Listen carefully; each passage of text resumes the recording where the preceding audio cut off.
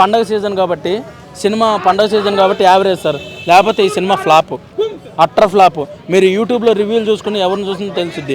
Agnyaathavaasi story Pawan Kalyan గారు పెట్టి cinema తీశారు. నేను పవన్ కళ్యాణ్ గారి ఫ్యాన్. అప్పుడు మామూలుగా తిట్టలేదు. మీరు యూట్యూబ్లో చూసినా కూడా, రివ్యూలు చూసినా కూడా అజ్ఞాతవాసికి త్రివిక్రమ్ గారిని ఎలా తిట్టారో చూశారు. ఆ తర్వాత అదే స్టోరీని మళ్ళీ పెట్టేసి అలా వైకుంఠపురంలోనే మదర్ సెంటిమెంట్ పెట్టి తీశారు.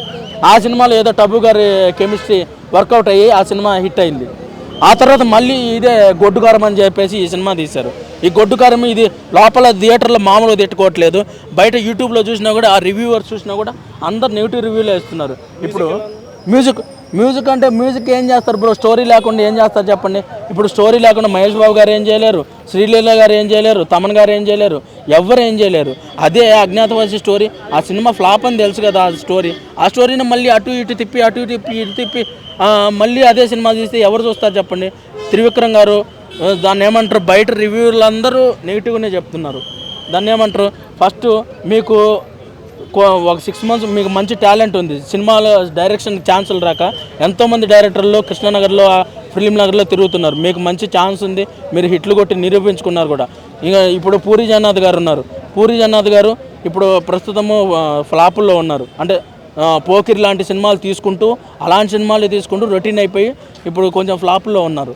అలానే మీరు కూడా అయిపోతున్నారు, రొటీన్ సినిమాలు తీస్తున్నారు. అలా కాకుండా 6 months పాన్ ఇండియా సినిమాలు కూర్చొని స్టోరీ రాసుకొని పాన్ ఇండియా స్టోరీలు రాసుకోవాలి. ఇప్పుడు తెలుగు, హిందీలో హిట్ అయ్యేలాగా సినిమా తీసుకోవాలి మీరు. హిందీ, తెలుగు, తమిళ్, మలయాళము, కన్నడ ఇలా అన్ని 5 భాషల్లో రిలీజ్ అయ్యేలాగా మీరు పాన్ ఇండియా స్టోరీ రాసుకొని పవన్ కళ్యాణ్ గారితో సినిమా తీస్తారా, లేకపోతే అల్లు అర్జున్ గారితో సినిమా తీస్తారా, తీయండి. లేకపోతే మీకు అంత లేదు, నాకు దాన్ని ఏమంటారు, ఇదంతా వద్దనుకుంటే మీరే ప్రొడ్యూసర్గా సినిమా తీసుకొని మీరే డిస్ట్రిబ్యూటర్ని చేసుకోండి. మీ దగ్గర డబ్బులు ఉంటే తీసుకోండి. ఇప్పుడు డిస్ట్రిబ్యూటర్లు నష్టపోతున్నారు కదా, వాళ్ళు డబ్బులు పెట్టి సినిమా కొన్నారు. ఇప్పుడు సినిమా మీరు తీస్తే జనాలు చూడరు. మీరేమైనా ఎక్కువ రేట్లు పెట్టి డబ్బులు సినిమాని అమ్మేశారు డిస్ట్రిబ్యూటర్లకి. పాప మా డిస్ట్రిబ్యూటర్లు దిల్ రాజు గారు నైజాంలో కొనుక్కున్నారు. ఆయనకు ఆ డబ్బులు రావాలి కదా, ఆయన డిస్ట్రిబ్యూట్ చేశారు కదా మొత్తము, ఆయనకు ఆ డబ్బులు రావాలి. ఆయనకనే కదా, ఎవరికైనా రావాలి కదా డబ్బులు. ఇప్పుడు మీకంతా తీసిందే మళ్ళీ తీయాలనుకుంటే మీ డబ్బులతో తీసుకొని మీరే డిస్ట్రిబ్యూషన్ చేసుకుంటే అప్పుడు మీకు ఆ డబ్బులు పోయినప్పుడు మీకు ఆ వాల్యూ తెలిసిద్ది.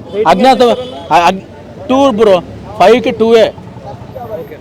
ఇప్పుడు బయట అందరూ అదే రివ్యూ ఇస్తున్నారు, నెగిటివ్ రివ్యూస్ ఇస్తున్నారు.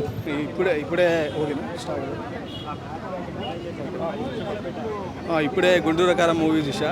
ఇప్పుడే సంక్రాంతితో పాటు ఉగాది వచ్చినట్టుంది, షడ్రుచుల సమ్మేళనం. మనం మూవీ చూస్తే ఫీలింగ్ ఎలా ఉందంటే, కుర్చీని మడతపెట్టి మనం చేప తీసుకొని తాళి భోజనం, వెజ్ అన్నా కానీ నాన్ వెజ్ అయినా కానీ తింటూ ఫోన్లో అవాయిడ్ చేస్తూ ఆ మూవీ సీన్స్ను ఇమాజిన్ చేసుకుంటూ తినాలి అనిపిస్తుంది. అంత సూపర్గా అనిపిస్తుంది.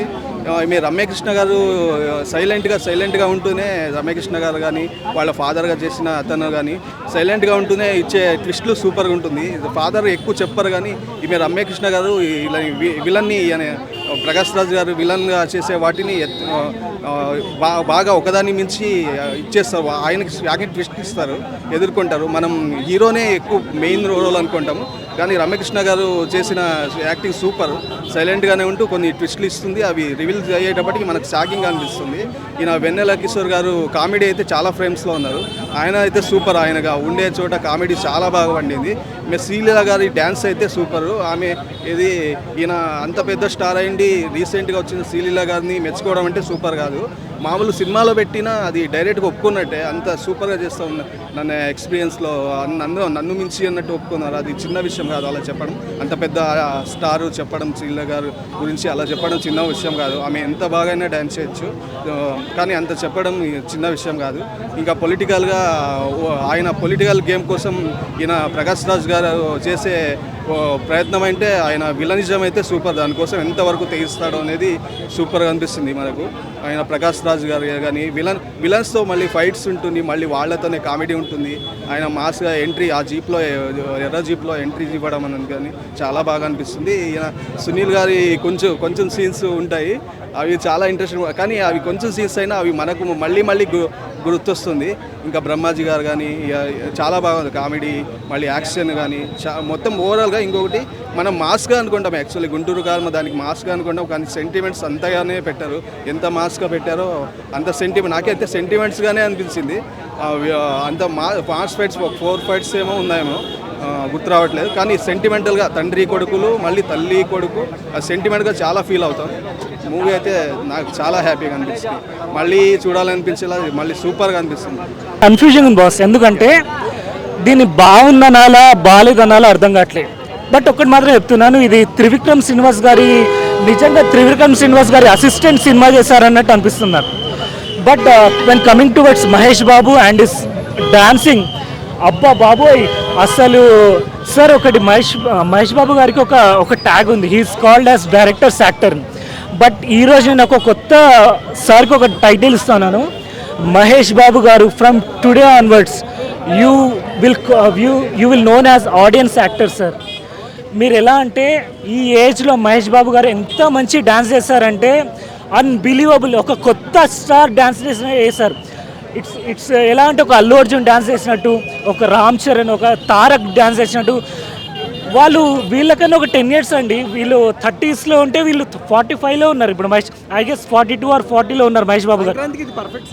సరే ఒక్కటి మాత్రం చెప్పాలనుకుంటున్నాను, సంక్రాంతికి అయితే ఇది perfect movie. I'm not sure, but Mahesh Babu fan మీరు ఒక సెంటిమెంట్, ఒక మహేష్ బాబు యాక్టింగ్ అయితే ఈ సినిమా ఖచ్చితంగా చూడొచ్చు. బట్ ఒకటండి, దీంట్లో ఆల్ మిక్స్డ్ ఎమోషన్స్ ఉన్నాయి.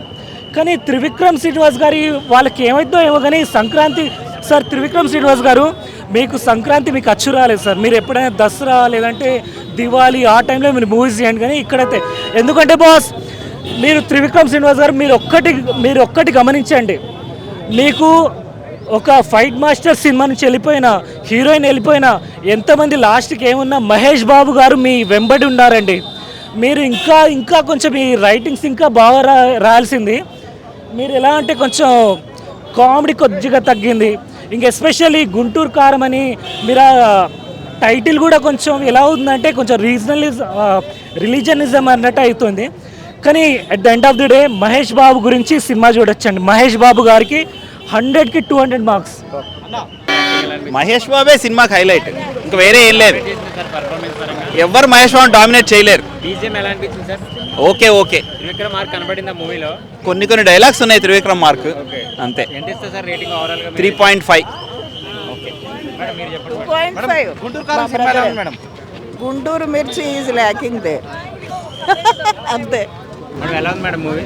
బాగుంది movie, family entertainment. Mahesh Babu acting ఎలా ఉంది? మహేష్ బాబు యాక్టింగ్ బాగుంది, కామెడీ టైమింగ్ కూడా చాలా బాగుంది, బీజిఎం కూడా బాగుంది. డామినేట్ చేసిన మహేష్ బాబుని? అలా ఏం లేదు. స్టోరీ ఎలా అనిపించింది? ఫస్ట్ హాఫ్ బాగుంది. స్టోరీ ఎలా అనిపించింది? బాగుంది. త్రివిక్రమ్ రొటీన్ స్టోరీలో ఉందన్నారు.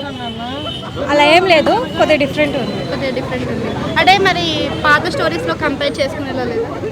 అట్లా ఏం లేదు, ఇది different story. Sreeleela Mahesh Babu combination ఎలా ఉంది? చాలా బాగుంది. అంటే మహేష్ బాబు చెప్పారు ఏదో కుర్చీ సాంగ్లో అందరు లేస్తారని, మరి ఎలా? యాక్చువల్లీ డాన్స్ చాలా బాగుంది మహేష్ బాబుది. ఈసారి చాలా మాస్గా డాన్స్ బాగా చేశారు. కొత్త స్టోరీ అని చెప్పి మహేష్ బాబు చెప్పారు, మాస్ లుక్ అని. సో మాస్ లుక్ ఎలా అనిపించింది? అలా ఏం లేదు, మూవీ మాత్రం